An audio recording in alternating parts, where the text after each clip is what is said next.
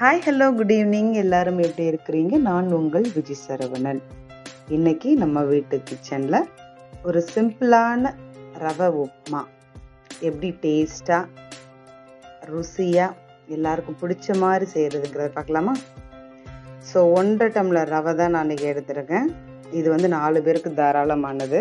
So இதை மிதமான சூட்டில் வறுத்து எடுத்துக்காங்க. எப்போவுமே உப்புமா செய்கிறதுக்கு முன்னாடி ரவை இந்த மாதிரி நல்லா பொன்னிறமாக வறுத்துட்டிங்கன்னா ரொம்ப டேஸ்ட்டாக இருக்கும். ஸோ நம்ம ஒரு சைடு ரவை வறுத்து வச்சாச்சு.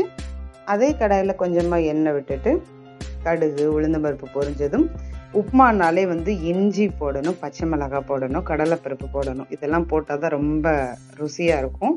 அந்த எண்ணெயில் இஞ்சி பச்சை மிளகாய் நல்லா கோல்டன் ப்ரௌனாக வரும்போது உங்களுக்கு சாப்பிடும்போது அந்த க்ரன்ச்சி ஃபீல் ரொம்ப சூப்பராக இருக்கும். ஸோ அதனால் இப்போ நான் போட்ட இன்க்ரீடியன்ஸ் எல்லாமே எண்ணெயில் கோல்டன் ப்ரௌன் ஆகிட்டுருக்கு. அடுப்பு சிம்மில் வச்சுக்கோங்க. ஸோ கருவேப்பிலையும் போட்டாச்சு. வெட்டி வச்ச ஒரு வெங்காயம். ஸோ நார்மலாக கொஞ்சம் வெங்காயம் ஜாஸ்தியாக இருந்தால் நல்லாயிருக்கும். வெங்காயம் போட்டுட்டு வெங்காயம் வதங்குறதுக்கு தேவையான உப்பு போட்டு வதக்கியாச்சு. வெங்காயம் நல்லா வதங்கினதுக்கப்புறம் தண்ணி ஊற்றி கொதிக்க வைக்கணும்.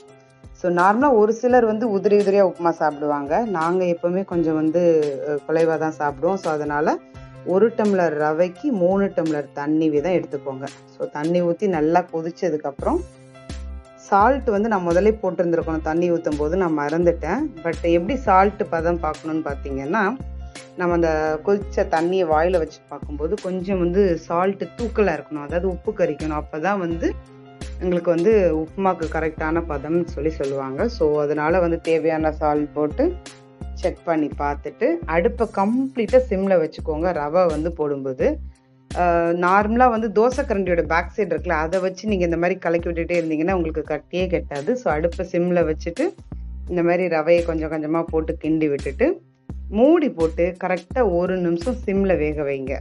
ஸோ தண்ணி நான் சொன்ன அளவுக்கு நீங்கள் எடுத்தீங்கன்னா ரவையும் கரெக்டாக வெந்துடும். அடுப்பு சிம்மில் வச்சு நம்ம என்ன பண்ண போகிறோம், இப்போ லிட் போட்டு கரெக்டாக 1 நிமிஷம் நம்ம வேக வைக்க போகிறோம்.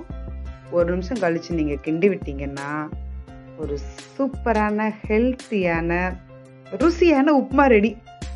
இது அப்படி சுட சுட சுகர் வச்சோ இல்லை நீங்கள் சட்னி வச்சோ சாப்பிட்றதுக்கு ரொம்ப சூப்பராக இருக்கும். ஆனால் இன்னொரு ஃபைனல் டச் நான் என்ன பண்ண போகிறேன்னா, சுத்தமான தேங்காய் எண்ணெய் கொஞ்சம் மேலே ஊற்றி ஃபைனலாக கிண்டி விட்டு சர்வ் பண்ண போகிறேன். அவ்வளோதான். Healthy yummy simple upma ready. Try பண்ணி பாருங்க. வீடியோ பிடிச்சா மறக்காமல் லைக் பண்ணிடுங்க. சூடாக இருக்கு.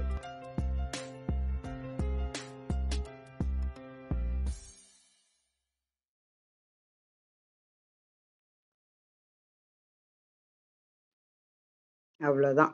Dinner time finish.